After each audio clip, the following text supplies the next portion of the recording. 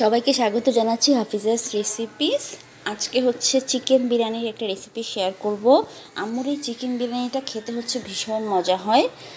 তো প্রথমে হচ্ছে তেল এবং ঘি গরম করে নিয়ে তাতে হচ্ছে পেঁয়াজ, আদা রসুন বাটা দিয়ে একটু নেড়েচেড়ে নিতে হবে। আসলে বিরিয়ানিটা টেস্টি হওয়ার আমি যেটা বুঝেছি একটা অন্যতম কারণ হচ্ছে আম্মুর রান্নার প্রসেস, সেকেন্ড কারণ হচ্ছে যত্ন, তৃতীয় কারণ হচ্ছে এক্সপিরিয়েন্স। তো সে যখনই চিকেন বিরিয়ানিটা রান্না করে, রোজার মধ্যে ইফতারা যদি করে, আমরা একেবারে যাকে বলে খুব মজা করে খাই। তারপরে আম্মু ভাবলো যে আরেকটু আদা রসুন বাটা দেবে। তো এই পাশ থেকে হচ্ছে আমি নাড়তেছিলাম। আজকে চাচ্ছিলাম যে ইংলিশে দেই ভয়েস ওভারটা, পরে চিন্তা করলাম যে না, আমার ম্যাক্সিমাম অডিয়েন্স যেহেতু বাঙালি, যেটুকু আমি বুঝেছি, সেজন্য আপনাদের জন্য বাংলায় এই ভয়েসটা রেকর্ড করছি। তো স্বাদ মতো লবণ,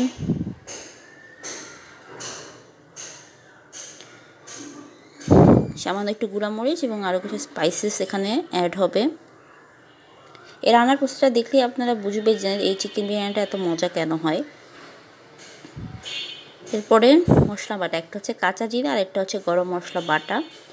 এই দুইটা মশলা আম্মুর ফ্রিজে অলওয়েজ থাকে এবং কোনো ভালো কিছু রান্না হলেই তার এই মশলাগুলো ব্যবহার করা চাই। মনে রাখবেন, কাঁচা জিরা বাটা আর গরম মশলা বাটা এগুলো দিলে ডেফিনেটলি আপনার রান্নার স্বাদ চেঞ্জ হবেই এবং সুন্দর একটা ফ্লেভারও হয় এই মশলাগুলোর কারণে। এরপরে দিয়ে দিচ্ছি বাজার থেকে কিনে আনা বিরিয়ানি মশলা। আপনারা যে কোনো ব্র্যান্ডের বিরিয়ানি মশলা ব্যবহার করতে পারবেন।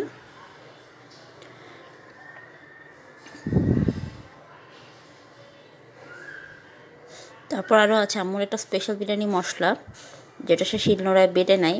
এই গুঁড়া মশলাটা বাদে সেটাও এখানে যোগ করা হবে পরবর্তীতে। দেখুন কি সুন্দর একটা ঘ্রাণ এসছে, বাদামি বাদামি, এবং সুন্দর একটা ফ্লেভারও বেরোচ্ছিল যখন এই রান্নাটা হচ্ছিল। আনফর্চুনেটলি ঘ্রাণ বা ফ্লেভার বা টেস্ট কোনোটাই আপনাদের সাথে শেয়ার করা সম্ভব না, তাই মুখেই বলে দিচ্ছি। এখন এটাকে ঢেকে রাখার পরে আগে থেকে ধুয়ে পানি ঝরিয়ে রাখা চালের সাথে দেওয়া ছিল আস্ত গরম মশলা এবং কাঁচামরিচ, এগুলো সব দিয়ে একবার হচ্ছে ভালো করে নেড়ে নিতে হবে। আস্ত মশলার মধ্যে গেছে হচ্ছে আপনার এলাচ, দারচিনি, লবঙ্গ এবং তেজপাতা। অবশ্যই এটাকে আগে ধুয়ে পানি ঝরিয়ে রাখতে হবে, নয়তো আপনার পোলাওটা বিরিয়ানিটা ঝরঝরা হবে না আর কি। এটাকে ভালো করে নেড়েচেড়ে আগে মিশিয়ে নিতে হবে। আর পোলাও চাল কিন্তু যথেষ্ট চিকন হয়, তাই খুব বেশি নাড়া যাবে না, তাহলে কিন্তু চালটা পানি দেওয়ার আগেই গলে যাবে, তখন কিন্তু খেতে ভালো লাগবে না। যদি চান আপনারা ঝরঝরা হচ্ছে, দেখুন খেতে স্লোলি নাড়ছে, সেভাবেই এটাকে নাড়তে হবে। দেখুন মশলার সাথে মিশে চালের কালারটা কি সুন্দর হয়ে গেছে, বাদামি বাদামি brownish. Obviously I love that colour. আমি রান্না করলে জীবনেও এরকম হয় না, আম্মু রান্না করলেই হয়।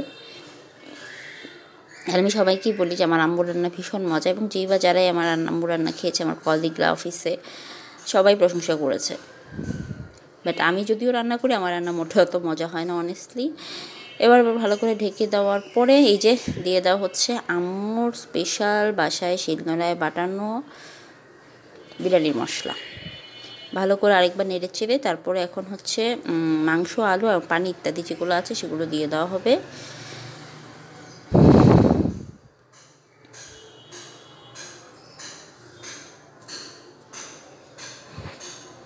মাঝে মাঝে আমি ভাবি আম্মুরই রান্না করা দেখেছি, আম্মুর থেকে দূরে থাকলে আমার কীভাবে চলবে, এসব বাটা মশলা আমি কোথায় পাবো, আর এত মজার রান্না আমাকে কে কোলে খাওয়াবে।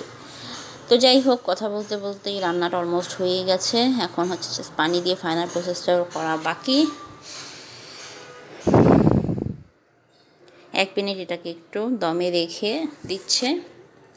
ওই যে বললাম না, প্রসেসের জন্যই হচ্ছে আপনার রান্নার টেস্টটা ভালো আসে।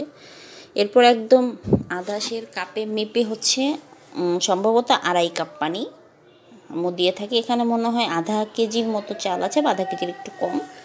ওই চাল ছেড়ে জন্য আপনার 2.5 পণ পানি দিচ্ছে। আর এরপরে দিয়ে দিচ্ছি আগে থেকে সিদ্ধ করে ভেজে রাখা আলু এবং মাংস। এটার জন্যই হচ্ছে স্পেশালি আম্মুর বিরিয়ানিটা এত বেশি টেস্টি হয়। এই মাংস আর আলুটা তো চমৎকার করে ভাজে যে অনেক সময় আমরা কাঁচাই খালিই খেয়ে ফেলি। কাঁচা বলবো না, মানে ভাজার পরে খালি অনেক সময় কামড়ে কামড়ে খেয়ে ফেলি। তো যাই হোক, এই তো সব দেওয়া হয়ে গেছে। এবার উপর থেকে আলতো করে একটুখানি এটাকে অ্যাসেম্বল করে দিয়ে ঢেকে দেওয়া হবে।